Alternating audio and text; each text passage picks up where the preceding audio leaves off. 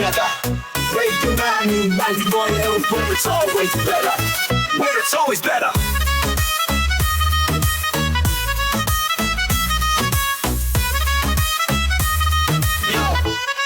Yo, सुबह का सूरज या शाम का रंग, we bring you joy हर जुबान का धन। Community की बात हम हैं आपके साथ, let's spread the love, चलो मिल के साथ। Tune in, turn up, दिल से बात करो, रेडियो मानू ताकि गुरु FM के साथ चलो।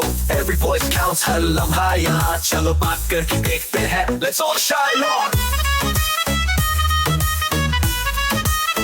Yo,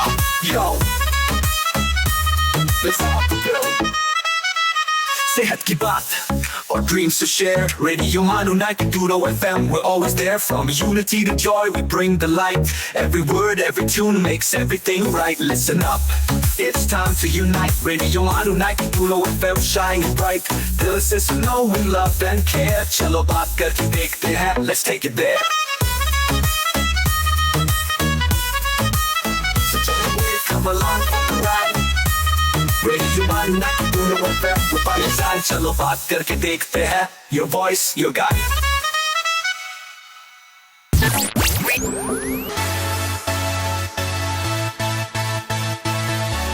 आप सुन रहे हैं रेडियो मानो 90.0 FM।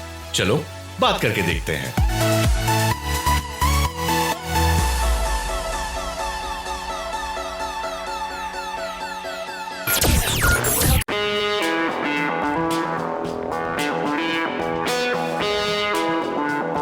This is Radio Manu 90.0 FM presenting तू है तो I'll be alright।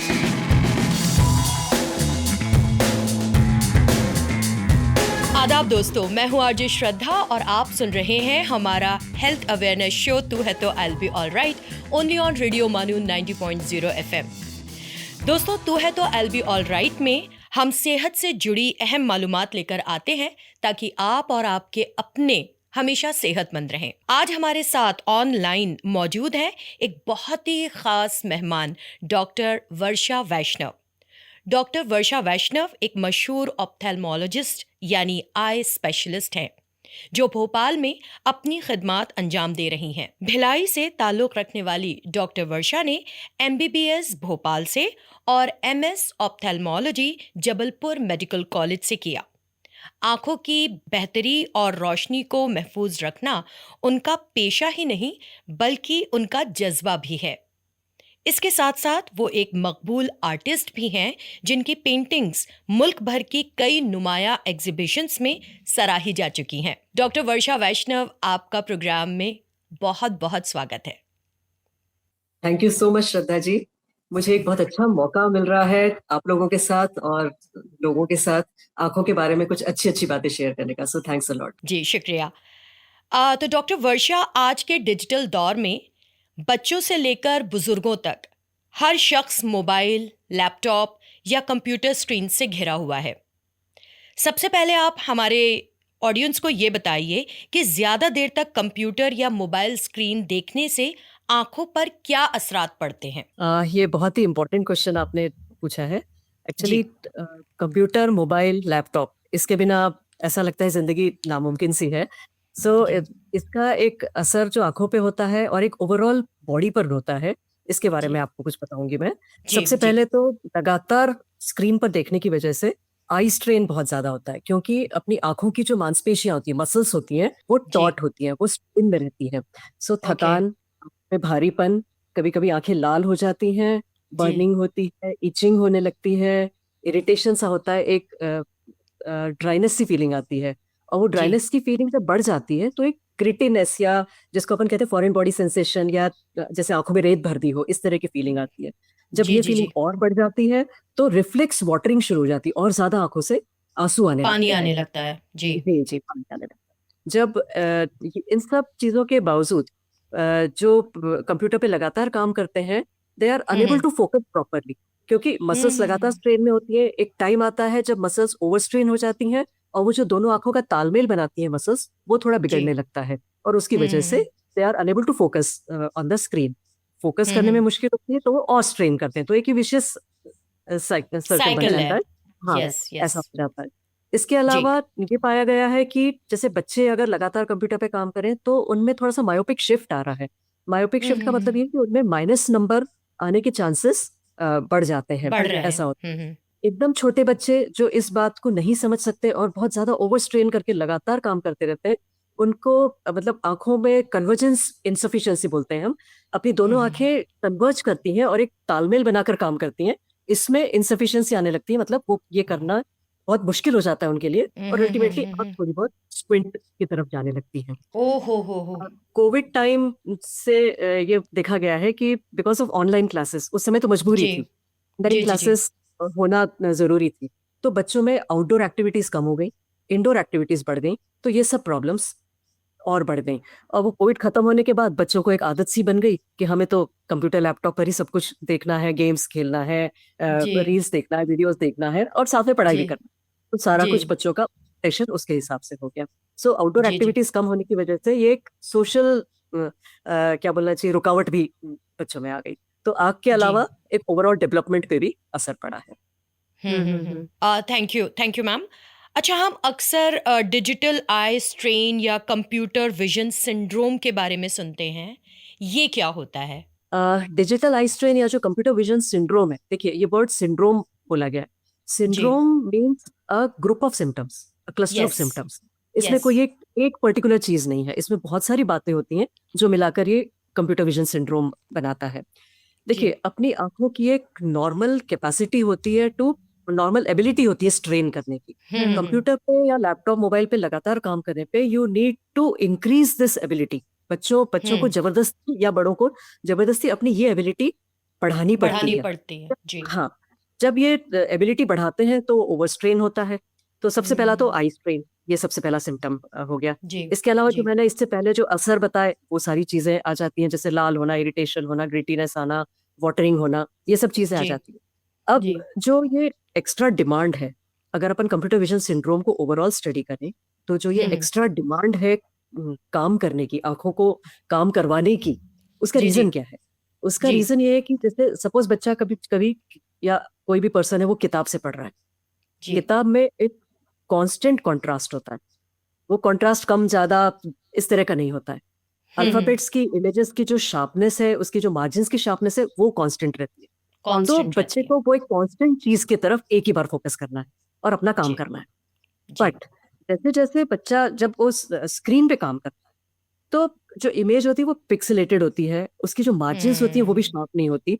So the individual has to strain a lot to make that image clear, to make the margins of that image more clear.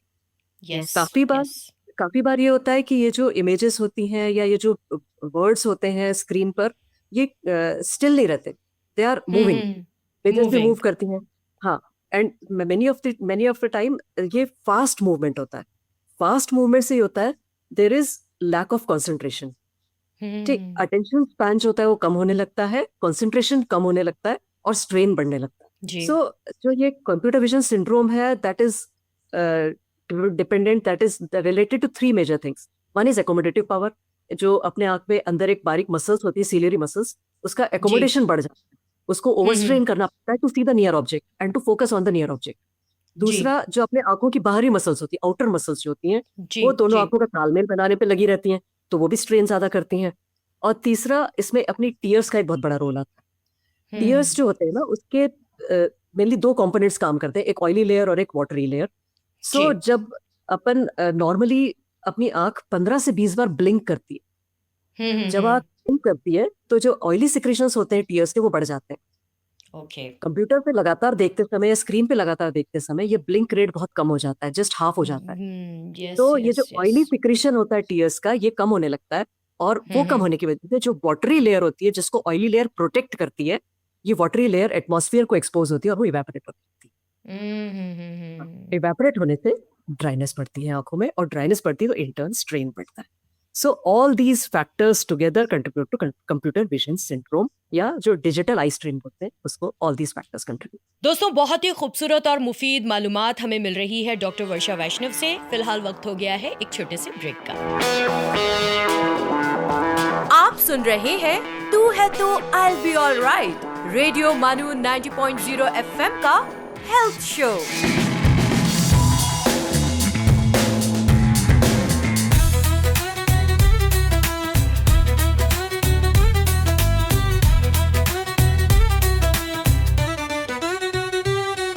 आप सुन रहे हैं radio मानो 90.0 FM, एक community radio station. So join the wave, come along for the ride. Radio Manu 90.0 FM, we're by your side. चलो बात करके देखते हैं. Your voice, your guide.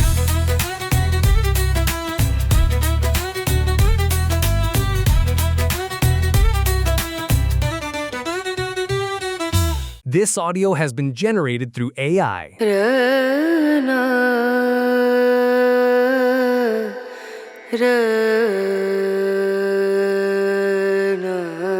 This is Radio Manu 90.0 FM. Let's listen to the Mindful Minute.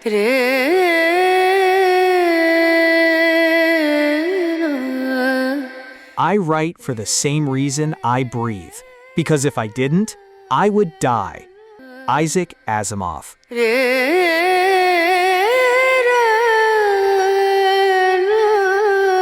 अच्छा आगाज कामयाबी का आधा हिस्सा होता है। अफलातून।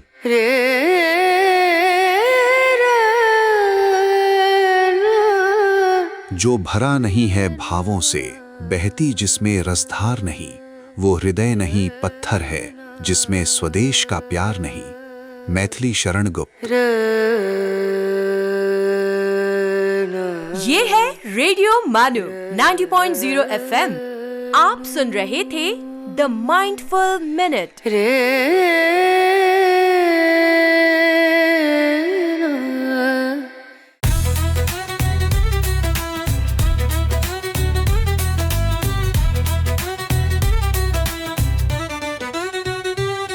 सेल्स, मार्केटिंग और ब्रांड प्रमोशंस के लिए हमसे राब्ता करें radiomanu@manu.edu.in पर। So join the wave, come along for the ride. Radio Manu 90.0 FM, we're by your side. चलो बात करके देखते हैं. Your voice, your guide.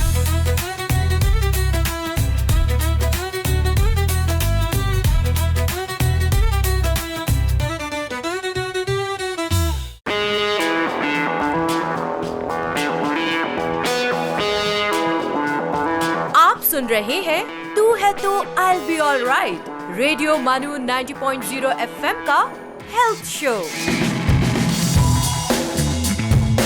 Welcome back दोस्तों।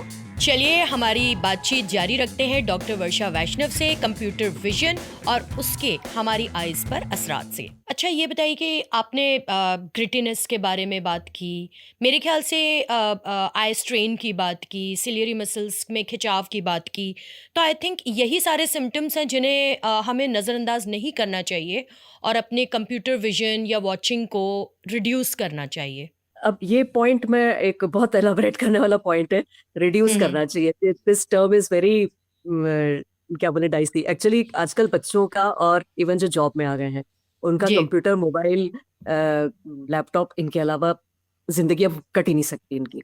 सो मैं बहुत सारी बातें और आगे डिस्कस करूंगी, प्रिकॉशंस जिससे कम करना या अगर ज्यादा करना है तो ये सब चीजों से कैसे बचा जा सकता है। जी हाँ, आप हमें बताइए कि कुछ प्रैक्टिकल टिप्स जो स्क्रीन यूज़ करते हुए अपनी आंखों की हिफाजत कर सकें, और ख़ास तौर पर 20-20-20 इस रूल की बात की जाती है, तो ये क्या है? कुछ प्रैक्टिकल टिप्स हैं ये। अब अगर मैं बिल्कुल प्री वर्बल चाइल्ड, जो बच्चा बात नहीं करना चाहता, उस बच्चे से अगर मैं शुरुआत करूं तो बिलो 2 इयर्स स्ट्रिक्टली मना करना है। कंप्यूटर, मोबाइल स्क्रीन देखना ही नहीं है बच्चे ने। About 2 years you restrict the time, like you can allow the child for 1 hour. उस 1 hour में वो important स्कूल का काम हो, important कुछ प्रोजेक्ट्स हो, वो कर सकता है। बट इस 1 घंटे में भी I advise the parents to sit with them. Parents का इंटरक्शन, बच्चे का स्क्रीन पे देखना और पेरेंट के साथ इंटरक्शन होना, ये साइमल्टेनियसली चले। इसमें 2 फायदे। पेरेंट्स अगर साथ में बैठते हैं तो बच्चा अनवांटेड चीज नहीं देखेगा। दूसरा, पेरेंट्स अगर साथ में बैठते हैं तो स्क्रीन पे देखते देखते बच्चा कुछ देर के लिए पेरेंट्स की तरफ भी देखेगा कि पापा मम्मी क्या कह रहे हैं, वो भी मैं सुनूं। तो बच्चे की आंख स्क्रीन से हटकर पेरेंट्स की तरफ जाएगी। सो एक इंटरमिटेंट रहेगा, स्क्रीन की तरफ देखता है बच्चा, फिर पेरेंट्स से इंटरेक्ट करता है, तो लगातार 1 घंटा कंटिन्यूसली वो स्क्रीन पे नहीं देखेगा, तो ये चीजें बहुत कुछ हद तक जो स्ट्रेन है, मसल्स पे स्ट्रेन और ड्राइनेस है, ये अपन अवॉइड कर सकते हैं। जी। ठीक। तीसरा जो पॉइंट है, ये मेनली मैं बैंकर्स एंड सॉफ्टवेयर इंजीनियर्स पे फोकस करूंगी, जो लगातार 8 से 12 घंटे जिनको मजबूरी है स्क्रीन पर देखने, इन पे मैं फोकस करूंगी। इनके जी। लिए मैं कुछ टिप्स बताऊंगी। जैसे स्क्रीन का जो डिस्टेंस है, वो अपने पाम और एल्बो का जो डिस्टेंस होता है उतने डिस्टेंस पे रखिए। ओके। ठीक, तो ओके। ऑलमोस्ट 1.25 से 1.5 फीट का डिस्टेंस हो जाता है। स्क्रीन आपका इतने डिस्टेंस पे रखे। सेकेंडली, जो स्क्रीन का लेवल है वो अपनी आई लेवल से नीचे रखें। जो upper most part of margin of the screen है, वो आपकी आई के मीटर से नीचे रहे। इसमें क्या अच्छा। होगा कि आपकी आंखें कम खुलेंगी, जी। एटमॉस्फेयर को एक्सपोजर कम होगा आपकी आई बॉल्स का, तो वो टीयर्स पे जो इवेपोरेशन का इफेक्ट होता है, बिकॉज ब्लिंक रेट कम हो जाता है, तो जो टीयर्स इवेपोरेट होने से थोड़ा सा रिड्यूस हो जाता है, तो स्ट्रेन कम होता है। तीसरा, फ्रीक्वेंटली ब्लिंक करें। जैसे मैंने बताया कि 15 to 20 टाइम्स ब्लिंक रेट होता है, तो जी। आप थोड़ा सा कॉन्शियस रहकर फ्रीक्वेंटली ब्लिंक करें। ये टीयर्स को पूरा स्प्रेड करेंगे आपके आई बॉल पे, एक लुब्रिकेशन बनाएंगे आई बॉल के ऊपर, तो इससे आपका स्ट्रेन काफी कम हो जाएगा। एक और टिप मैं इन लोगों को देना चाहूंगी कि जो आपकी स्क्रीन का ब्राइटनेस है, वो जी। आपके रूम के लाइट के ब्राइटनेस से मैच करके रखिए। अगर रूम के ब्राइटनेस से स्क्रीन के ब्राइटनेस में डिफरेंस बहुत ज्यादा होगा, तो वो स्ट्रेन करेगा। ठीक, आपका बैकग्राउंड का इल्यूमिनेशन और स्क्रीन का illumination, they should match with each other, तो उससे स्ट्रेन काफी कम हो जाता है। जबकि मैम हम लोग देखते हैं, सॉरी आपको इंटरप्ट करने के लिए, No, no, no problem. जबकि हम लोग ज्यादातर देखते हैं कि हमें लगता है कि ऑलरेडी हमको लाइट तो मिल ही रही है कंप्यूटर से, तो ज्यादातर हम अंधेरा करके रखते हैं रूम में, नहीं, तो वो ठीक नहीं है ये बिल्कुल भी। वो ठीक नहीं है। आपका बिल्कुल ठीक। बैकग्राउंड इल्यूमिनेशन और स्क्रीन का illumination should match with each other. दोनों में बहुत ज्यादा डिफरेंस अगर होगा, तो आपको स्ट्रेन ज्यादा होगा। कुछ ऑप्टिशियंस को या कुछ लोगों को आपने सुना होगा कि अरे आप प्रोटेक्टिव ब्लू स्क्रीन क्यों नहीं यूज करते, आप ब्लू ग्लासेस, ब्लू फिल्टर क्यों नहीं यूज करते हैं। सो ये ब्लू फिल्टर के बारे में भी मैं कुछ बताऊंगी कि जी। यस, कुछ हद तक ब्लू फिल्टर इज प्रोटेक्टिव। इसमें दो मैं आपको समझाना चाहूंगी। एक तो ये है कि डायरेक्ट आई स्ट्रेन ये कम करता है। किस तरह से कम करता है? Blue light has got a tendency to scatter more than as compared to other colours. ठीक है, जी। जब भी जी। लाइट स्कैटर ज्यादा होती है, तो इमेज की शार्पनेस कम होती है। इमेज की शार्पनेस कम होती है, तो आप और ज्यादा स्ट्रेन करते हो, और ज्यादा फोकस करने के लिए स्ट्रेन करते हो, तो आई स्ट्रेन। जी। ठीक, तो ये ब्लू फिल्टर कुछ हद तक ये ब्लू लाइट को एलिमिनेट करेगा, तो ये स्कैटरिंग ऑफ लाइट कम होती है, तो आपके आंखों पे स्ट्रेन कम होता है। जी। दूसरा, इसका बहुत बड़ा कनेक्शन है ब्लू लाइट का विद योर स्लीप पैटर्न। आपका जो एक सर्कैडियन रिदम रहता है स्लीप का, दिन में आप जगते Yes. हैं, by the end of the day या इवनिंग में आपका सोने का टाइम जैसे जैसे पास आता है, तो आपकी बॉडी वैसे अपने आप को ढालती है कि हाँ, मुझे सोने जाना है। जी। जी। अपनी बॉडी में एक हार्मोन होता है जिसको कहते हैं मेलाटोनिन। मेलाटोनिन। मेलाटोनिन, हाँ जी, melatonin is a hormone which is a hormone of darkness. जैसे जैसे अंधेरा होने लगता है, अपने शरीर में ये हार्मोन बढ़ता है। जब आप लगातार स्क्रीन पे काम करते हो, आपकी आंखें इतना ब्राइट लाइट देख रही है स्क्रीन का, तो एक वो सूडो फॉल्स फीलिंग आती है कि नहीं, अभी तो दिन है, होता है। तो ये जो फॉल्स फीलिंग आती है, this reduces melatonin hormone in your body, production of melatonin in your body. जब ये मेलाटोनिन हार्मोन कम बनता है, तो आपका स्लीप साइकिल जो है वो डिस्टर्ब होने लगता है। जी। बच्चों में स्पेशली जब वो रात को देर तक ऐसे स्क्रीन की तरफ देखते हैं, उनकी फिर रात को नींद पूरी नहीं होती। अगले दिन सुबह वो थका रहता है, स्कूल में थका लैक ऑफ हुआ रहता है। कंसंट्रेशन। हाँ, जी। स्कूल में थका हुआ रहेगा, कंसंट्रेशन कम रहेगा, और वो पढ़ाई ठीक से नहीं कर पाता है। प्रैक्टिकल टिप्स जो इसमें है, ब्लू फिल्टर लगाना, तो कुछ हद तक blue filter is good for your sleep rhythm. इसके लिए काफी ठीक जी। रहता है। लेकिन ब्लू फिल्टर लगाने के बाद लोग ये सोचते हैं कि अब हम कितना भी देख सकते हैं, तो that is not right. That is not right. उसमें एक That बात is और मैं बताऊँ, भले ही आप ब्लू फिल्टर यूज कर रहे हो, ब्लू फिल्टर ग्लासेस यूज कर रहे हो, तो भी मेक इट अ हैबिट कि before going to bed, at least 2 hours prior to going to bed, आप कंप्यूटर बंद कर दें, जी। कंप्यूटर से दूर जी। हो जाए।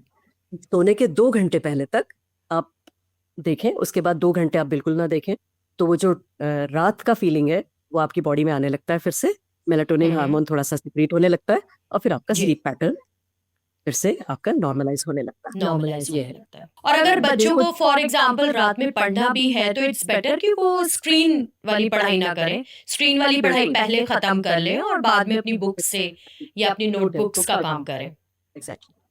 अब इसमें एक पॉइंट और ये है कि जैसे आजकल हर ऑफिस में, हर घर में एसी, कूलर, विंटर्स हो तो वार्मर, ये सारी चीजें बहुत ज्यादा यूज होती हैं।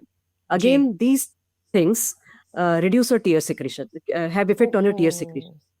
सो इसका मतलब निदान ये है कि आप एकदम चेहरे पे हवा ना आने दें कूलर, जी। एसी या वार्मर की, साइड में रखें, साइड से आपको वो वार्मथ मिलती रहे या ठंडक मिलती रहे, बट डायरेक्ट जी। आंखों पे या चेहरे पे इसको आप ना आने दें। जी। ये कुछ प्रिकॉशंस आप ले सकते हैं। इसके अलावा जो सबसे इम्पोर्टेंट बात है वो ये है कि रेगुलर हेल्थ आई चेकअप कराएं आप। बच्चे में जी। जरा भी कुछ सिम्टम्स हैं उसका हेल्थ आई चेकअप कराएं। बच्चों में सिम्टम्स जैसे प्री वर्बल स्टेज में मैंने बताया कि जी। ऐसा होता है कि 2-3 बातें उन बच्चों में आपको ऑब्जर्व करनी चाहिए। ये पेरेंट्स को बताने वाली इंपॉर्टेंट चीजें हैं। सपोज घर में सब मेंबर्स बैठ के टीवी देख रहे हैं, आप सब तो अपनी चेयर पे बैठे हैं, देख रहे हैं, बच्चा धीरे धीरे धीरे धीरे टीवी के पास चला जाता है। Yes. This is very alarming sign. आपको उस समय उसका आई चेकअप कराना है। दूसरा, जो स्कूल गोइंग बच्चे हैं वो कहते हैं कि मम्मा हम अगर पीछे की बेंच पे बैठते हैं तो हमें बोर्ड साफ नहीं दिखता है, that is an alarming sign. तीसरा, इन बच्चों में कभी कभी अगर इस चीज को अवॉइड किया जाए कि बच्चे की तरफ, काफी बार ऐसा होता है पूरे पेरेंट्स बोलते हैं अरे नहीं अच्छे से देखो, तुम्हें दिख जाएगा, अच्छे से खाना खाओ दिख जाएगा, लेकिन ऐसे में ये चीज अवॉइड होती है तो बच्चे में फिर स्क्विंट डेवलप होने लगता है। स्क्विंट डेवलप बिना light is again an alarming. Yes. तो वैसे 40 इयर्स के लोगों को अगर पास का कम दिखता है तो आप इमीडिएटली चेकअप कराएं, पास का चश्मा लगाकर फिर कंप्यूटर पे काम करें। तो ये भी तक आपका आंखों का स्ट्रेन। तो ये कुछ प्रैक्टिकल टिप्स है जो आप अपने रोज की जिंदगी में इसको अपना सकते हैं ताकि जी। कोई भी बीमारी बढ़ने से आंखों की मतलब इससे कंप्यूटर से रिलेटेड कोई भी इलनेस बढ़ने से आप रोक सकते हैं। जी बिल्कुल। दोस्तों एक छोटे से वक्फे के बाद हम बात करेंगे मॉनसूनल आई डिसीज और कैटरैक्ट यानी मोतियाबिंद के बारे में। कहीं जाइएगा नहीं। You are listening to तू है तो I'll be alright, रेडियो मानू 90.0 FM's health show.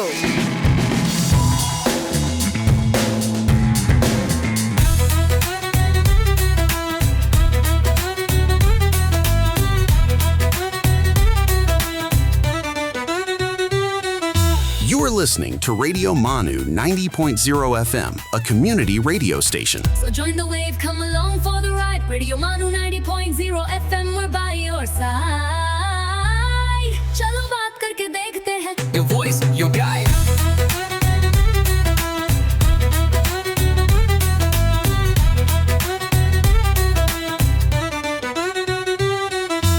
This audio has been generated through AI.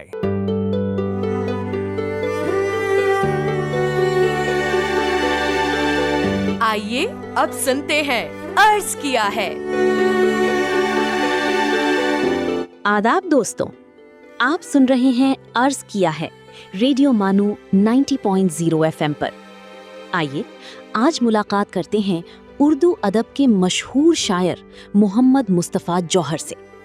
Mohammad Mustafa जौहर उर्दू शायरी की दुनिया का एक मोहतरम नाम है। उन्होंने गज़ल, नज़्म, मरसिया और नौहा निगारी में अपनी फ़न्नी सलाहियतों का लोहा मनवाया। जौहर साहब की शायरी में जज्बात की गहराई, ज़बान की नफासत और फ़िक्र की पुख्तगी नुमाया नज़र आती है। उनका कलाम मोहब्बत, इंसानियत, अखलाकी कदरों और रूहानी एहसासात का आईना है। ख़ास तौर पर मरसिया निगारी में उन्होंने करबला के पैगाम को निहायत दर्दमंद और पुरअसर अंदाज में पेश किया। उनकी शायरी दिल को छू लेती है और सामईन को सोचने पर मजबूर करती है। आइए जौहर साहब की फिक्र का एक रंग महसूस करते हैं। इंसान की अजमत का तकाजा है मोहब्बत, नफरत से कभी दिल का उजाला नहीं होता। और एक और दिलावेज मिसरा मुलाहजा हो, वफा के रास्ते पर जो कदम बढ़ता रहा है वही हर दौर में इज्जत का हकदार रहा है। मोहम्मद मुस्तफ़ा जौहर ने उर्दू अदब को अपने खुलूस, इल्म और फन्नी बसीरत से माला माल किया। उनका कलाम आज भी अदब के शायकीन के दिलों में जिंदा है और मोहब्बत, अमन और इंसानियत का पैगाम देता है। उर्दू अदब की तारीख में मोहम्मद मुस्तफ़ा जौहर का नाम एक ऐसे शायर के तौर पर याद रखा जाएगा जिन्होंने अल्फाज को जज्बात की ताकत और फिक्र की रोशनी अता की। इसी के साथ दीजिए इजाजत, फिर मुलाकात होगी एक और अजीम अदबी शख्सियत के साथ। आप सुन रहे थे अर्ज किया है, सिर्फ रेडियो मानू 90.0 FM पर। खुदा हाफिज।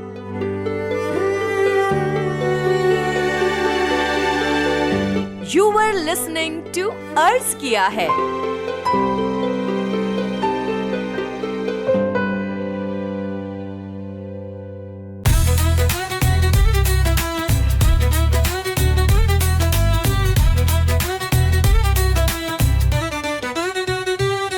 For sales, marketing and brand promotions, write to us on Radio Manu at manu.edu.in. So join the wave, come along for the ride. Radio Manu 90.0 FM, we're by your side.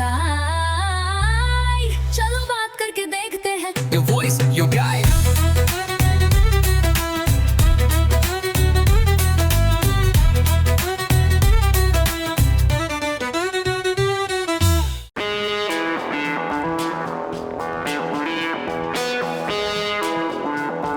You are listening to तू है तो I'll be alright. Radio Manu 90.0 FM's Health Show. अब वक्त है कि हम doctor वर्षा वैष्णव से बात करें मॉनसूनल डिसीजेस, मॉनसूनल आई डिसीजेस और कैटरैक्ट के बारे में। तो मैम, आपसे दरख्वास्त है कि बताएं कि मॉनसूनल आई डिसीज क्या होती हैं और इनसे रुकाव किस तरह किया जा सकता है। बरसात जैसे ही शुरू होती है, एटमॉस्फेयर में नमी आती है, जिसकी वजह से काफी ज्यादा इन्फेक्शन के चांसेस बढ़ जाते हैं क्योंकि कीटाणु पनपने लगते हैं। इसमें मेन तो रहता है कंजंक्टिवाइटिस। इसके अलावा आंख में गोहेरी हो जाती है। ये भी एक तरह से फैलने वाली ही बीमारी होती है। इसमें मेनली आप आई हाइजीन मेंटेन करें, हाथ बार बार साफ धोते रहें। क्राउडेड प्लेसेस में जाएं तो थोड़ा सा आंखों पे हाथ लगाना अवॉइड करें क्योंकि क्राउडेड प्लेसेस में आप एक दूसरे की चीजें छूते हैं, उससे ये एक दूसरे को फैलता है। दूसरा, जब ये सीजन एंड होता है या स्टार्ट होता है तो यूजुअली एटमॉस्फेयर में पोलन्स एंड स्पोर्स रहते हैं जिससे एलर्जी होती है। एक एलर्जिक कंजंक्टिवाइटिस इस चेंज ऑफ सीजन के समय कॉमन होती है। इसमें कुछ प्रिकॉशंस लेने की जरूरत होती है, जैसे बार बार हाथ सैनिटाइज करें, हाथ साबुन से धोते रहें, घर के मेंबर्स एक दूसरे की चीजें इस्तेमाल न करें, अपना टॉवेल अलग रखें, नल के टैप्स को बार बार सैनिटाइज करें ताकि एक से दूसरे को इन्फेक्शन न फैले। कॉन्टैक्ट लेंस यूजर्स जो है वो इस मौसम में अगर जरा भी इन्फेक्शन के चांसेस लगते हैं तो कॉन्टैक्ट लेंस यूज न करें तब जब तक वो पूरी तरह से उनको नॉर्मल न लगे आंखों में, या फिर ऐसे समय में disposable daily wear contact lenses आते हैं वो यूज कर सकते हैं। तो ये कुछ प्रिकॉशन जो आपको इस मौसम में लेना चाहिए, तो आप इन्फेक्शन से और इस एपिडेमिक को फैलाने से बच सकते हैं। ऑलराइट। डॉक्टर वर्षा, मोतियाबिंद का नाम तो हर कोई जानता है, सबने ही सुना है, लेकिन इसके बारे में काफ़ी गलत फहमियाँ भी मौजूद हैं। तो मेरा पहला सवाल आपसे यही है कि बताएं कि कैटरैक्ट या मोतियाबिंद असल में होता क्या है। देखिए, अपनी आंख में एक पारदर्शी नेचुरल लेंस होता है। ये लेंस जब अपनी आंख में कोई भी वस्तु, कोई भी चीज अपन देखते हैं तो लाइट रेज अपनी आंख में जाती है, जो पीछे पर्दा रहता है आंख का रेटिना, उस पर फोकस होती है और वो इमेज अपने को दिखती है।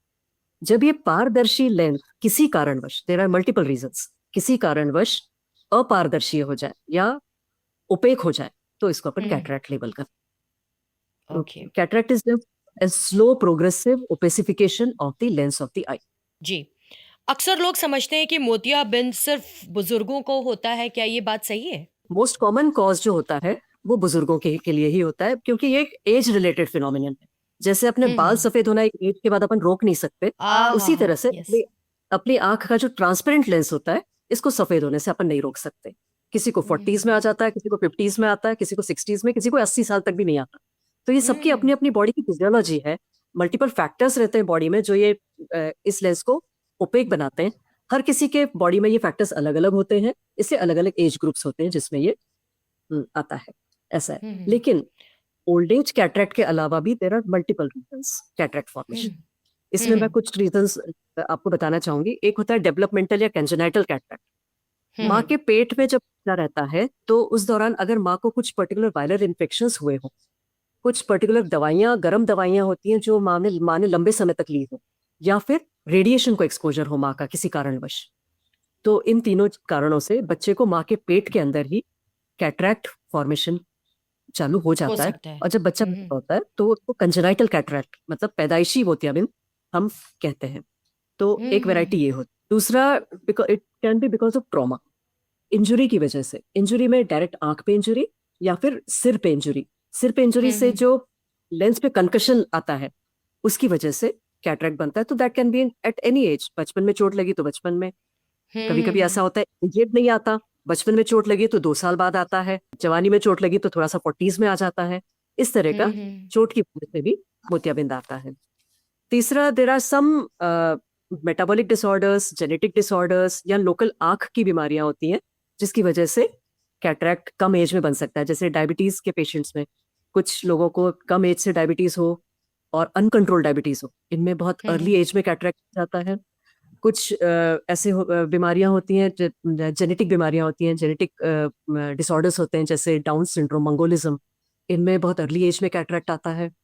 फिर कुछ आंखों की बीमारियां होती हैं जिसको हम कहते हैं यूवियाइटिस।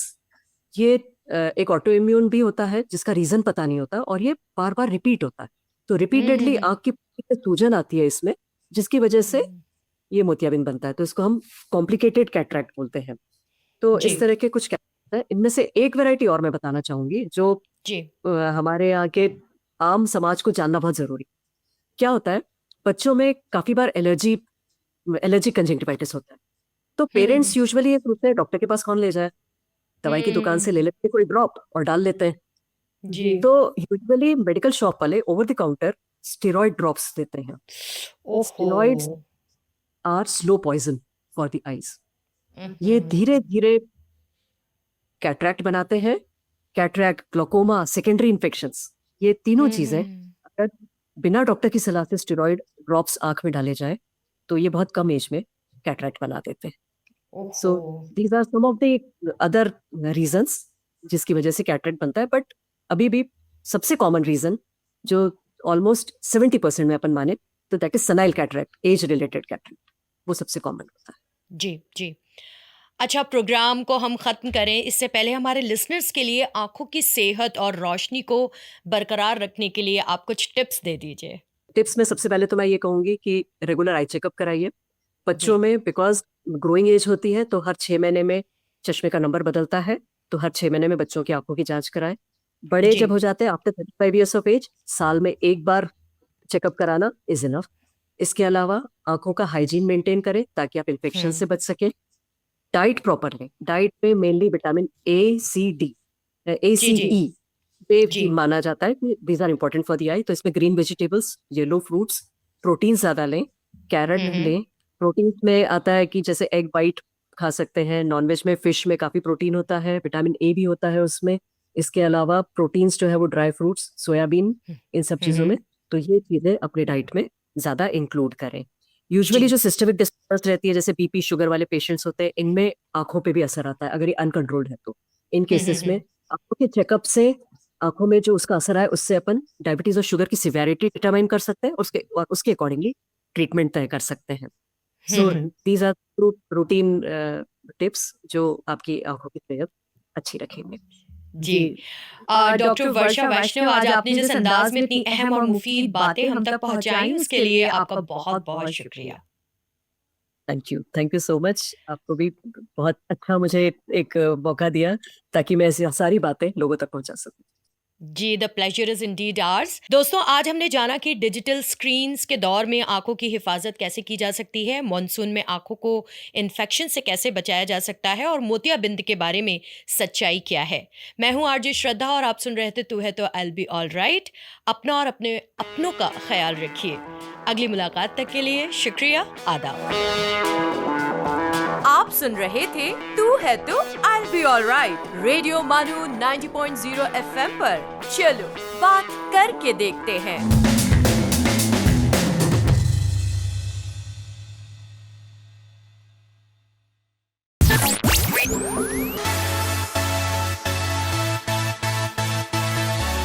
दिस इज रेडियो मानू 90.0 FM।